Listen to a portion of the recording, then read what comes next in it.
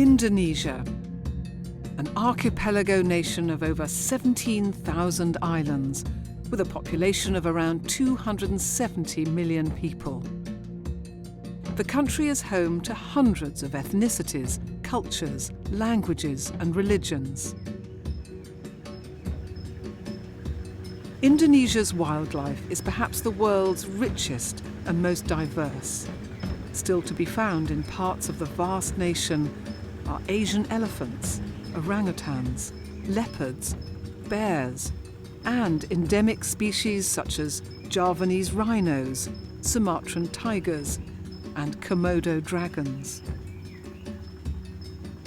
Indonesia's plant life is also among the world's richest and most diverse.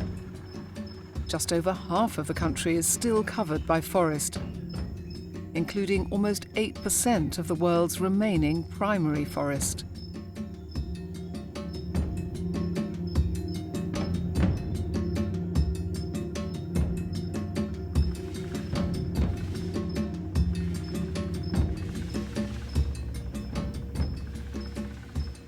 Karena pertama, seperti kita lihat di sekeliling kita, ini adalah hutan rawa gambut, salah satu yang terbesar, ekosistem rawa gambut terbesar di Indonesia, yang fungsinya luar biasa untuk menyerap karbon dan dalam krisis iklim saat ini sangat penting untuk mempertahankan keberadaannya. Kedua, dia adalah merupakan habitat orangutan.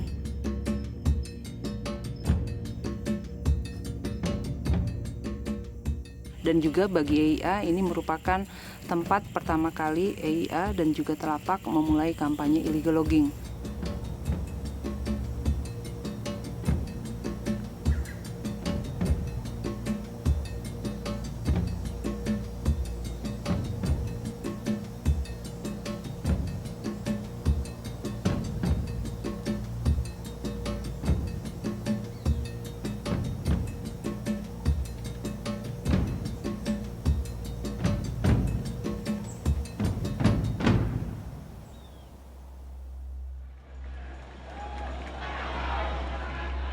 Following a severe economic crisis, Indonesia's dictator of over 30 years, Haji Muhammad Suharto, is forced to step down. For decades, the country's very lucrative logging sector has been controlled by Suharto and his cronies. Suharto's personal wealth is believed to be in the region of $38 billion. Almost overnight, central government's iron grip on the country disappears. The fall of Suharto had created chaos. There was a power vacuum as the highly centralized military Javanese dictatorship fell apart, with all the very, very hierarchical systems controlled from Java out right across the archipelago. All of that was starting to unravel, and there was burgeoning corruption at multiple levels.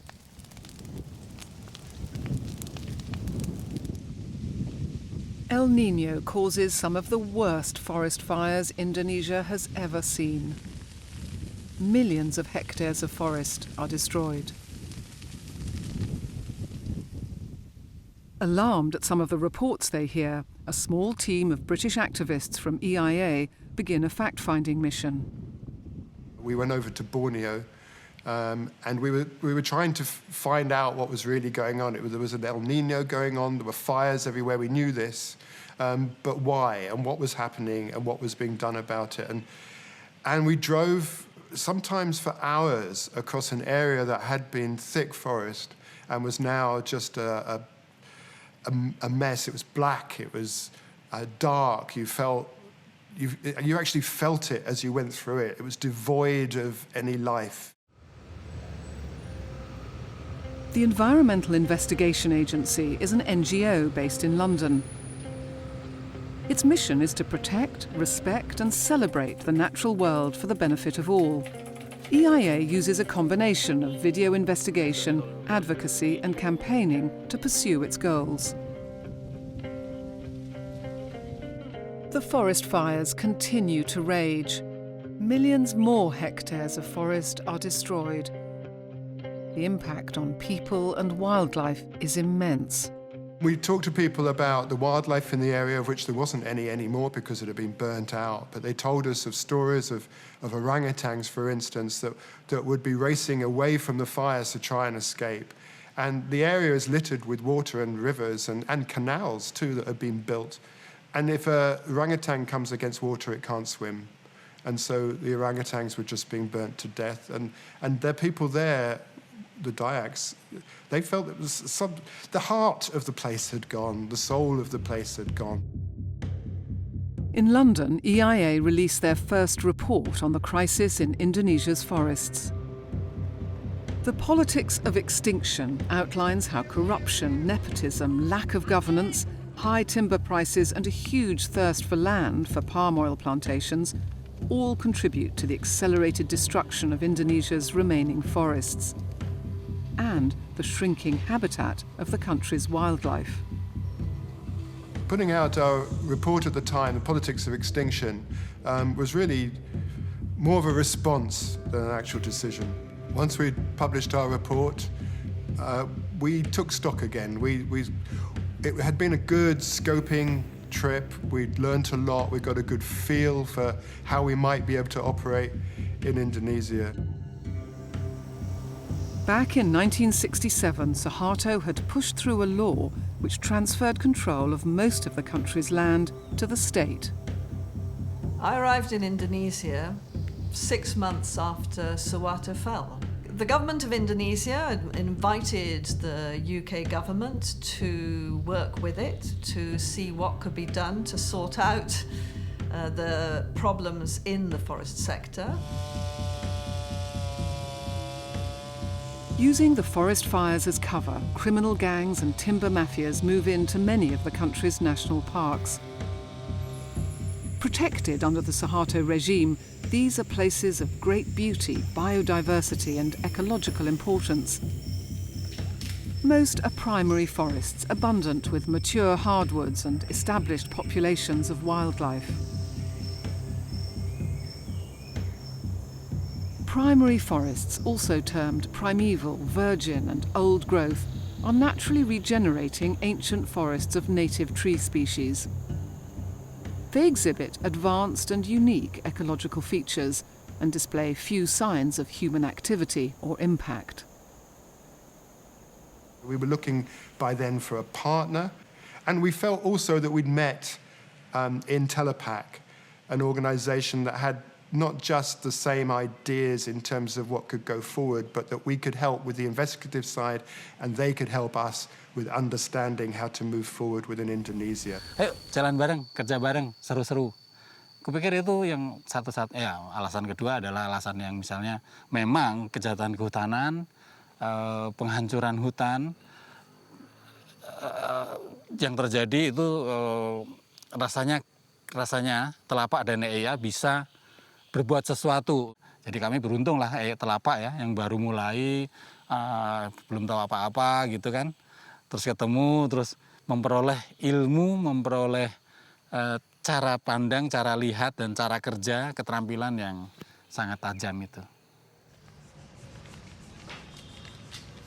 Telapak was founded in Bogor near Jakarta in the mid-90s by a group of students studying environment-related subjects. The name translates from Bahasa as footprint. The organisation's remit is to advocate for the just and sustainable management of Indonesia's natural resources and to create and sustain a nationwide network of environmentally active people.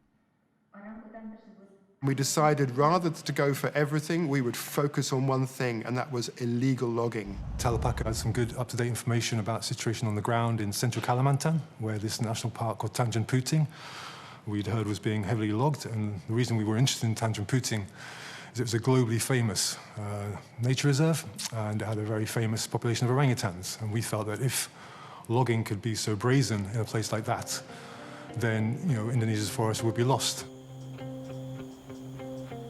For most of the next year, joint teams from EIA and Telapak investigate forest crime around Indonesia. They focus on the national parks of Borneo and Sumatra. The teams are using EIA's relatively new methodology, video investigation. Sony's new format DV camcorder is a technological leap and a game changer in the industry. It's small, robust and easy to use, and becomes their weapon of choice in their fight to save Indonesia's remaining forests. Jadi yang pertama-tama ngajari cara memotret dan memvideokan itu Dave tuh. Jadi di telapak kantor telapak yang lama ada sofa merah itu kan.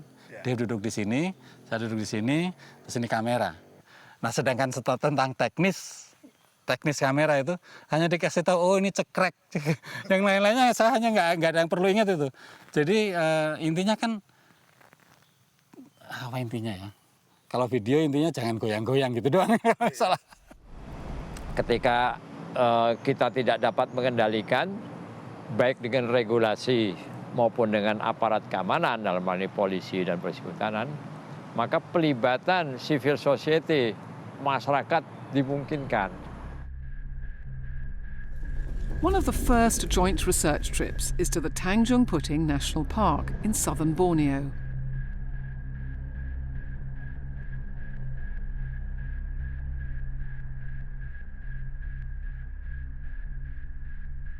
Investigators found illegal logging in every part of the park. The area has been divided up by illegal loggers, and even trucks are used on roads built by loggers within the park boundaries.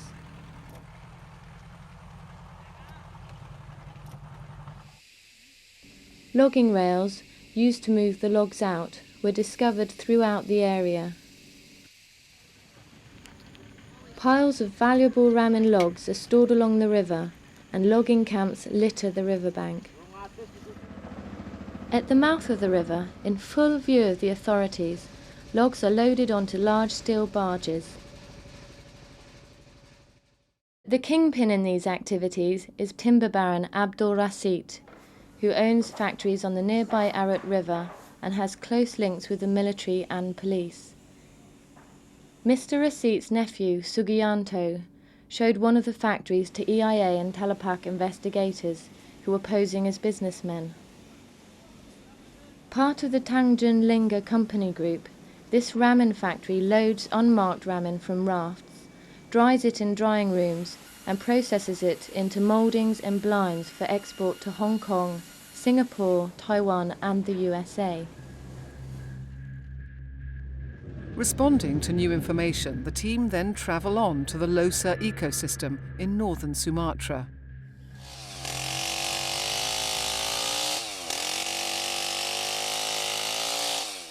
EIA and Telapak investigators followed illegal loggers into the national park and filmed them preparing their logging camp. Loggers are paid a few dollars per day by the sawmill owners and are supplied the chainsaw and a repayable loan which binds them to these powerful businessmen. Investigators followed logging trucks to the local sawmills. It's the big men that have to be gone after. That's the sawmill owners, the people that own the factories, and those people within the authorities, the military, the police, the forest department, who are also making money out of this. EIA and Telepak's work in Indonesia is getting noticed. I bumped into Dave Curry in a very remote area of forests in Aceh with his Indonesian colleagues and thought, you know, this must be one of the few organizations, international organizations, in partnership with Indonesian groups who was really documenting what was really happening in places where, you know, few people were going. EIA was willing to get its boots dirty, get off the beaten track. This area has the highest density of orangutans anywhere in the world. The final cut is launched at a press conference in Jakarta. The report and accompanying video investigation stun everyone present and around the country. And the report was very hard-hitting, it named names, it did all this kind of stuff. Now, they'd never seen that kind of press conference ever before in Indonesia. Remember, it had been a dictatorship. there was oppression about all of that. This was the first time an environmental group had come and given this kind of presentation with the evidence, with the photos, with the video, with the names. And it was so well attended. We had CNN, we had BBC, we had Reuters, we had all the big internationals were there, but the locals were there too. I was sitting at the back, and Indonesians were, I think, gobsmacked. They had come out of a 30-year dictatorship where the press had been constrained. You only saw state-controlled TV. So a lot of people, certainly those living in the city of Jakarta on Java, had no idea of what was going down in their forests. And they were not used to frank, open conversation and expose of things. And it had a huge impact on them. I think that was the beginning of a sort of real awakening of some kind of environmental awareness, but also a sense that this was their resource and it had been stolen from them. It was a good time for us to be bringing in our call for action to the government, and we made it very clear that if you can't take action in Tanjung Puting, then you can't save any forest in Indonesia, because Tanjung Puting was so well known and it was so brazen what was going on. It was just outright robbery. Kami kontak pertama kali dengan IAIA ya, Telapak, ketika menyajikan film yang film yang termasuk berani. Now established as credible and serious players, EIA and Telapak decide to continue their partnership. So the final cut opened doors for us. Telapak and EIA were taken seriously now, were people that knew about these issues. We could talk to diplomatic missions, we could talk to other NGOs, we could talk to the media. We were a serious part of the game, if you like.